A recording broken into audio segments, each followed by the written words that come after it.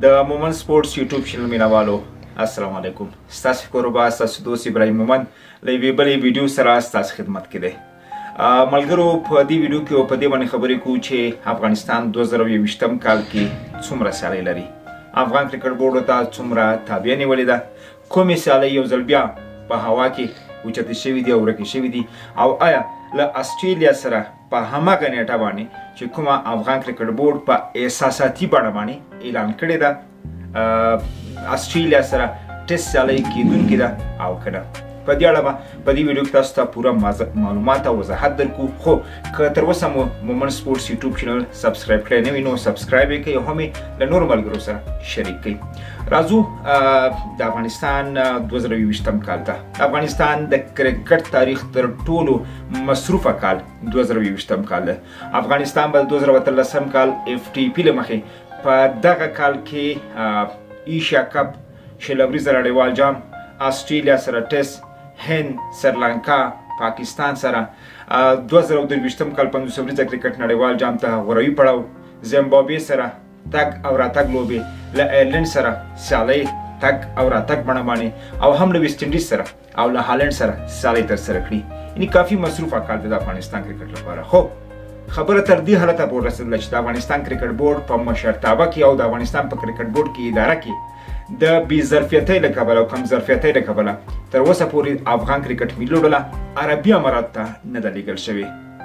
هغه لوبډله چې باید د اکتوبر میاشتې په 28 نیټه په عربي اماراتو کې وای، ترڅو د ایرلند او ورپسې د زیمبابوې د کوربتوب لپاره پوره تیاری ونیسي. خو تر اوسه دا کار نه ده شوی.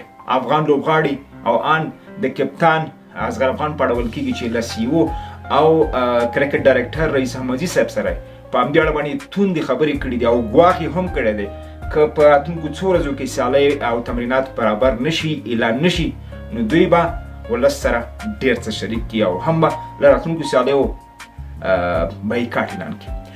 خو دا خبر وروسته ده موږ به هیله او تمه لرو چې دغه کار لوبغاړي ونه کړي او کرکټ بورډ هم سم د لاسه لاس په کار شي.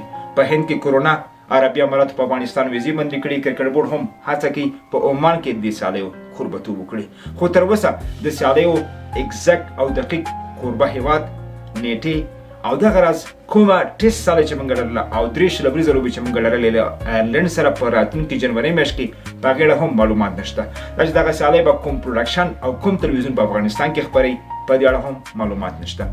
راځو د استرالیا سره د ټیسټ سیالۍ په اړه باندې. کرکټ بورډ د دې لپاره چې د مینوالو او د هغه خلکو چې هغه غبرګون ښودلی چې افغانستان سیالۍ نه لري په احساساتي بڼه په داسې حال کې چې د دوی مکلفیت او مسؤلیت هم نه چې د کوربه هیواد استرالیا په ځای باندې دوی ICC ته د خپلې ټیسټ سیالۍ په اړه معلومات وړاندې کړي او د هغوی څخه خبره شي. په داسې حال کې چې کوم هیواد د کومو لوبډلو کوربتوب کوي، هغه کوربه هیواد باید دغه خبر له کرکټ نړیوالې شورا سره او رسنیو سره شریک کړي. خو تر اوسه پورې استرالیا چې 2021 کال کې به زموږ د کرکټ ملي لوبډلې کوربتوب کوي ټیسټ سیالۍ لپاره، د افغانستان سره د ټیسټ سیالۍ په اړه باندې هیڅ نه دي ویلي.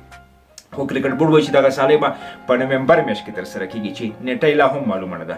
خو کرکټ بورډ ته زه یو دومره وایم چې تاسو یو ځل په خپل مهالویش او د ICC په مهالویش باندې یو نظر واچوئ، نو 2021 کال نومبر تر 15 نیټې به په هند کې شلوريزه کرکټ نړیوال جام سیالۍ روانې وي.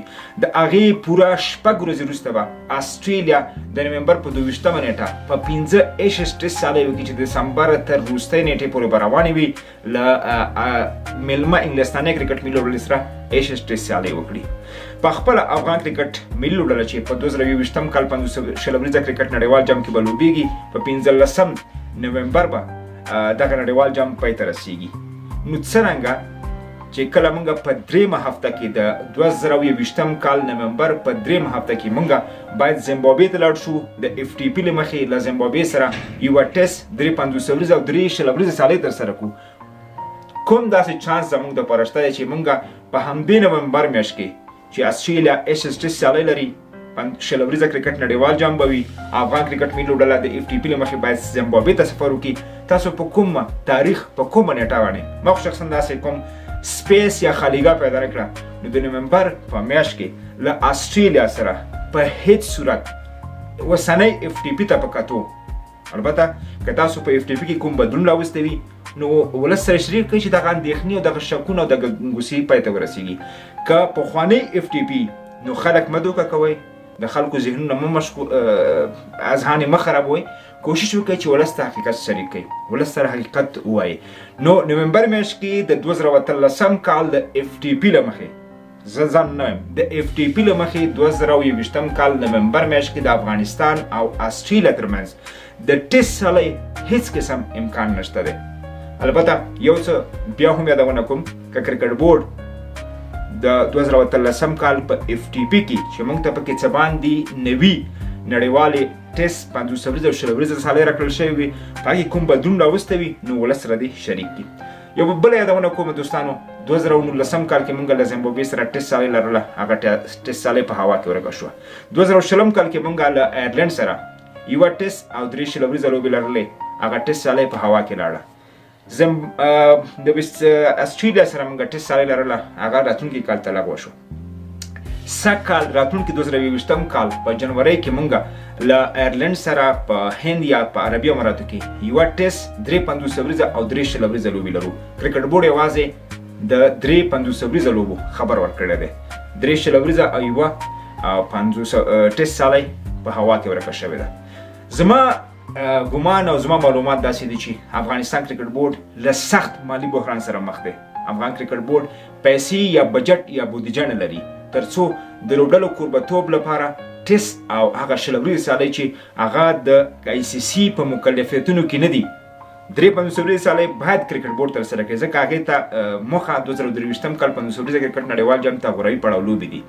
خو ټیسټ او شل ورځې لوبو له د دې کبله کرکټ بورډ تیر شوی دی، هم د آیرلینډ په وړاندې په جنورۍ میاشت کې تیر شو، هم دا دی اوس تیریږي په راتلونکي جنورۍ میاشت کې د آیرلینډ په وړاندې، ځکه افغان کرکټ بورډ پیسې نه لري، بودیجه نه لري ترڅو د نورو لوبډلو کوربتوب وکړي. نو دا زما معلومات د افغانستان د راتلونکو لوبو په اړه ونی. افغانستان کافي ډېرې سیالۍ لري، که څه هم هند د مارچ میاشتې لوبې انګلستان ته ورکړې، څنګه کوم کار چې موږ سره آسټرالیا وکړ چې زمونږ وخت یې هند ته ورکړ.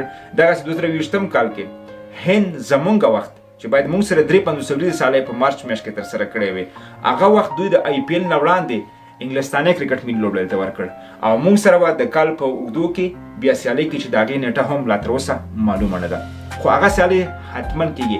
کومې سیالۍ چې د اف ټي پي په چوکاټ کې او 2023 کال 50 ورځې کرکټ نړیوال جام ته د ترسره کېدو په موخه ترسره کېږي، هغه 50 ورځې سیالۍ هغه به حتما ترسره کېږي.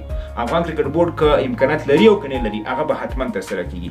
خو کېدای شي ټیسټ سیالۍ او شل ورځې لوبې چې افغان کرکټ بورډ باید د نور لوبډلو کوربتوب وکړي، کېدای شي زیانمنې شي د همدې ناکاره کرکټ بورډ مدیریت له کبله. د کرکټ بورډ له چارواکو مسؤلینو او مشرانو څخه غوښتنه کوم چې لاس په کار شي، هم مالي امکانات ځان لپاره برابر کړي، هم د لوبډلو لپاره مصروفیتونه برابر کړي ترڅو دغه لوبغاړي په ټچ کې پاتې شي، په فارم کې پاتې شي او راتلونکي لپاره چې څومره تمې موږ لرو په هماغه تمو باندې په هماغه هیلو باندې پوره پاتې شي. نو دا زموږ ویډیو تر بلې مو په لوی بخښونکي خدای سپارم. د الله په امان.